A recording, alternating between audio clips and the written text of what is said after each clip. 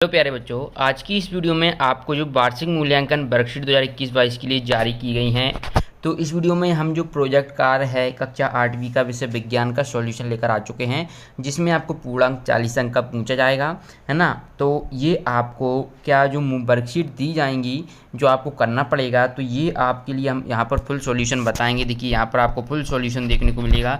Video को पूरा देखना, इसी वीडियो में आपको फुल सॉल्यूशन प्रोवाइड कराया जाएगा। बच्चों अब क्या होगा कि देखिए हम बहुत सारी वीडियो डालेंगे तो आपको उसकी नोटिफिकेशन नहीं आ पाएगी, तो इससे आप क्या होगा कि आप जो वर्कशीट जो आपको प्रोवाइड कराई जाएंगी उसका आप सॉल्यूशन नहीं देख पाएंगे। तो इसका एक सॉल्यूशन है कि आप इस चैनल को सब्सक्राइब कर लें, ठीक है। सब्सक्राइब से भी काम नहीं चलेगा, सब्सक्राइब के बाद फिर आपको बेल आइकन का बटन पर प्रेस कर लेना है, ताकि क्या होगा कि जब भी आप नेक्स्ट वीडियो अपलोड करेंगे या तो उसकी नोटिफिकेशन आ जाएगी, नहीं आएगी तो आप हमारे चैनल को सब्सक्राइब कर लेंगे ना, तो उस पर आप विजिट करते रहिएगा, तो वहाँ पर आप देखते रहिए कि क्योंकि बहुत जल्द हम कक्षा 8 की सभी सब्जेक्ट का सॉल्यूशन यहाँ पर प्रोवाइड करा देंगे।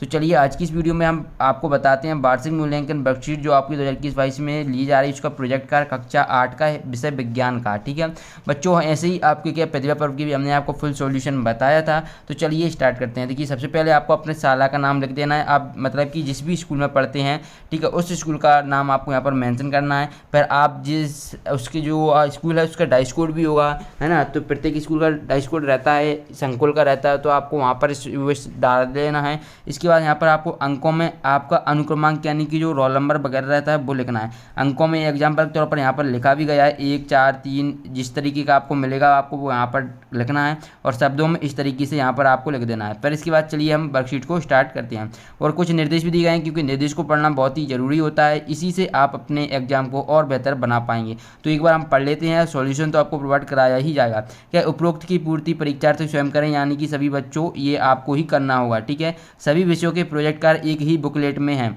तो जितने भी प्रोजेक्ट कार्य हैं सभी विषयों यानी कि क्लास 8 के Hindi, English, science, social science एक ही बुकलेट में आपको ये प्रोवाइड कराई जाएंगी, ठीक है।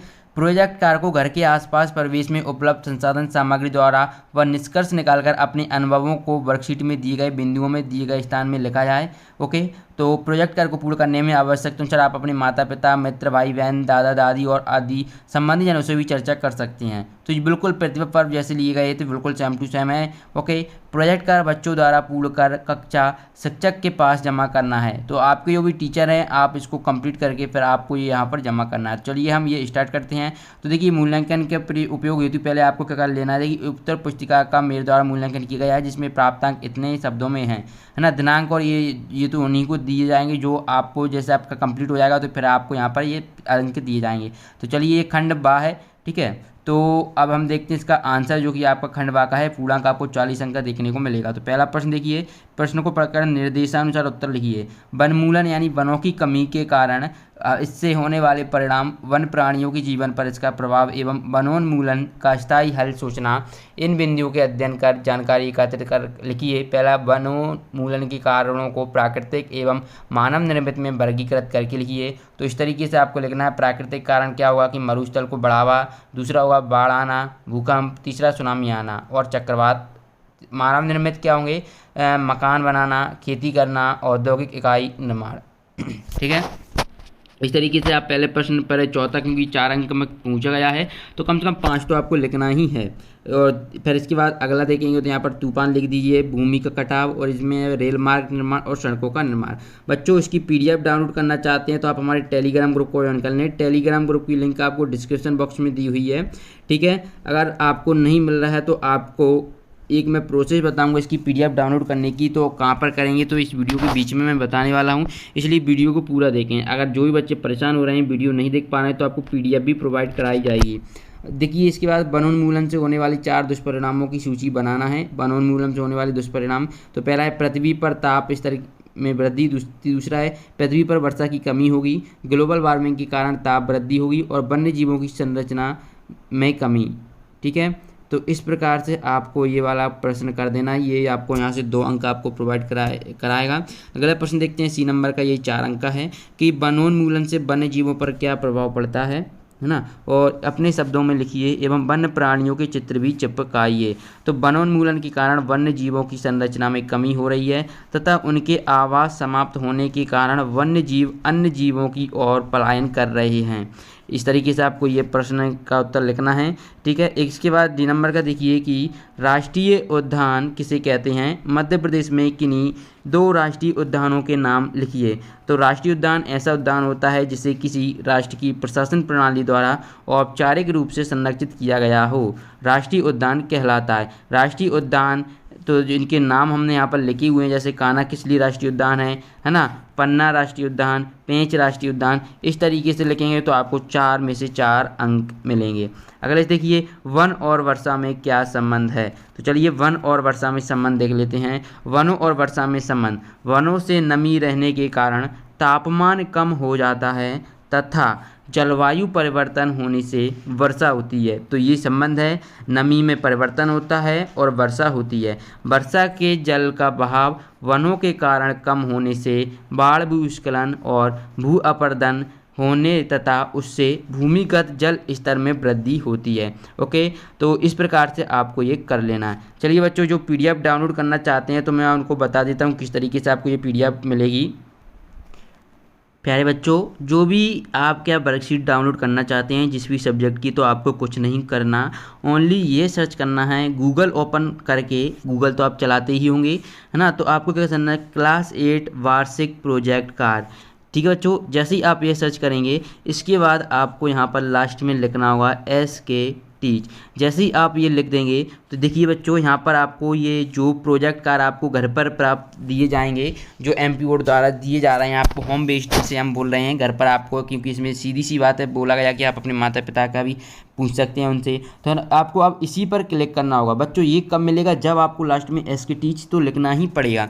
ठीक है, यहाँ पर आपको सभी सब्जेक्ट के मिल जाएंगे। तो जैसे ही आप इस पर आप क्लिक करेंगे, ठीक है, मैं यहाँ पर आपको इस पर बता देता हूँ। ठीक है, तो यहाँ पर आपको नीचे जाना है। ठीक है, ये आपका जो home based project card Hindi के, देखिए यहाँ पर संस्कृत का देखिए ये पूरा का पूरा लिख दिया गया है। अब आपको थोड़ी देर बाद यहीं पर आपको विज्ञान का मिलेगा, सभी सब्जेक्ट के आपको यहाँ पर मिलेंगे। बस बच्चों, आपको किस तरीके से मिलेंगे, तो यहाँ पर आपको सर्च करना पड़ेगा क्लास 8 वार्षिक project card SK teach, last में ये जरूर लिखना है। चलिए हम और क्वेश्चन के आंसर भी आपको बता देते हैं। होगा कि आप इसकी PDF कहाँ से, किस प्रकार और किस तरीके से डाउनलोड कर पाएंगे। ठीक है, मैंने यहाँ पर फुल प्रोसेस आपको बता दी है, फिर भी मैं यहाँ पर सभी क्वेश्चन मैं बता दूंगा, क्योंकि यूट्यूब पर आपको सभी क्वेश्चन पेपर मिलेगा, इसलिए आपको इसको चैनल को सब्सक्राइब कर लेना है। यहाँ पर ऐप क्वेश्चन है कि यहाँ पर आप ऐप क्वेश्चन देख पाएंगे। क्वेश्चन क्या पूछा गया है, क्वेश्चन स्क्रीन पर पूछा गया है, हमें कागज़ की बचत क्यों करना चाहिए, उन कार्यों की सूची बनाइए जिनके द्वारा आप कागज़ की बचत कर सकते हैं। तो इस प्रकार से आपको कागज़ की, देखिए यहाँ पर देखिए, कागज़ का निर्माण बांस व अन्य पौधों के द्वारा किया जाता है, जिनके कारण वनस्पति अर्थात ऐसे पादप जिनसे कागज बनता है, प्रतिवर्ष उनकी भारी मात्रा में कटाई होती है। कागज़ की बचत के उपाय इस प्रकार कर सकते हैं कि कागज़ की थैली के स्थान पर हम कपड़े की थैली का यूज करें और कागज़ का पुनः चक्रण कर हमें पुनः उपयोग इसमें लाना चाहिए। प्रश्न 2 देखते हैं, 4 अंक के लिए पूछा जाएगा। इस तरीके से लिखेंगे तो आपको पूरे में से पूरे अंक मिलेंगे।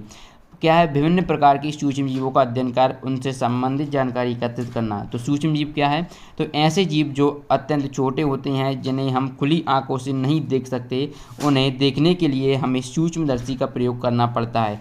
इन जीवों को सूक्ष्म जीव कहते हैं। इस तरीके से इसका आपको उत्तर लिख देना है। अगला देखिए, सूक्ष्म जीवों को कितने वर्गों में विभाजित किया जा सकता है और उनके नाम लिखिए। तो सूक्ष्म जीवों को 4 वर्गों में विभाजित किया गया है। पहला है जीवाणु, दूसरा है कवक, तीसरा है प्रोटोजोआ और चौथा है शैवाल आदि। अगले प्रश्न की ओर बढ़ते हैं। प्रश्न 3 कि मनुष्य में सूक्ष्म जीवों द्वारा होने वाले सामान्य रोगों की सूची बनाइए। तो यहाँ पर क्षय रोग, जिसे हम टीबी बोलते हैं, तो वो किसके द्वारा होता है, जीवाणु के द्वारा होता है। खसरा, ये वायरस के द्वारा। चिकन पॉक्स, ये भी वायरस है। पोलियो, ये वायरस है ना। हैजा जीवाणु, टाइफाइड जीवाणु, मलेरिया, प्रोटोजोआ आदि रोग हैं। बच्चों, इस तरीके से आपको प्रश्न 3 का उत्तर लिख देना है। यहाँ से आपको 4 अंक मिलेंगे। अगले प्रश्न की ओर बढ़ते हैं कि वर्तमान में भारत में कौन सी महामारी वायरस द्वारा फैल चुकी है, बीमारी का नाम तथा उसकी सामान्य लक्षण लिखिए। तो वर्तमान में भारतवर्ष में कोरोना, जो कि कोविड-19 हम जिसके नाम से जानते हैं, वायरस महामारी फैली हुई है। इसके सामान्य लक्षण क्या है, सर्दी, खांसी, जुकाम, बुखार, गले में खांस, है ना, जीभ का स्वादहीन होना, है ना, इस प्रकार सांस लेने में तकलीफ होना, इसके लक्षण हैं। अगले प्रश्न की ओर बढ़ते हैं कि हमारे जीवन में सूक्ष्मजीव के उपयोग तथा हानिकारक प्रभावों को लिखिए। तो सूक्ष्मजीव के उपयोग क्या हैं, तो औषधि निर्माण में, इसका हम उपयोग कर सकते हैं। अल्कोहल निर्माण में हम करते हैं, सिरका में, ब्रेड में, चमड़ा साफ करने में, चाय पत्ती आदि में हम इसका उपयोग करते हैं, ठीक है, सूक्ष्म जीवों के। अब हानि भी देख लेते हैं। तो मानव व पौधों में रोग उत्पन्न करता है ये, है ना, और भोज्य पदार्थों को दूषित भी करते हैं ये। देखिए सभी तो नहीं होते, सभी यूजफुल भी नहीं होते और सभी हमारे लिए के खतरनाक भी नहीं होते, कुछ होते हैं, लेकिन इसलिए यहाँ पर इसके उपयोग और हानि पूछी गई हैं। बच्चों इस प्रकार से यहाँ पर आपका जो कक्षा 8 का विषय विज्ञान का प्रोजेक्ट कार्य यहाँ पर कंप्लीट बता दिया गया है। बच्चों अब आपको कुछ नहीं करना है, इसी वीडियो पाने के लिए इस चैनल को सब्सक्राइब कर लेना है। मिलते हैं नेक्स्ट वीडियो में, धन्यवाद।